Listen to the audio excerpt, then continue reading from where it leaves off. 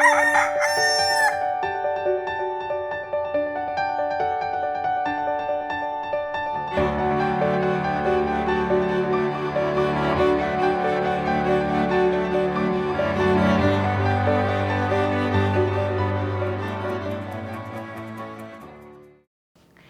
umaga mga kapamilya. Magkape at pandasal muna tayo.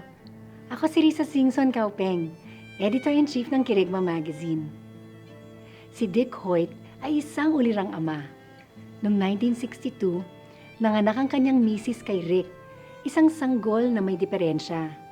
Hindi makakalakad at makakasalita, sabi ng mga doktor. Kahit na sinabihan silang ipasok na lang nila sa isang institusyon si Rick, hindi pumayag ang kanyang magulang.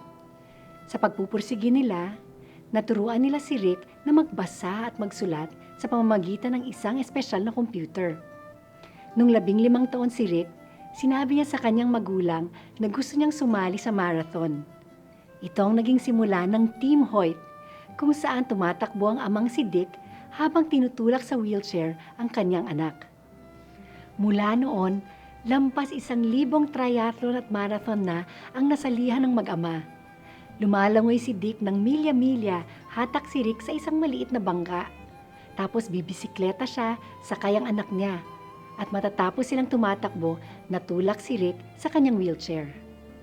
Kapag napapanood ko si Dick at Rick Hoyt, di ko mapigil ang maluha.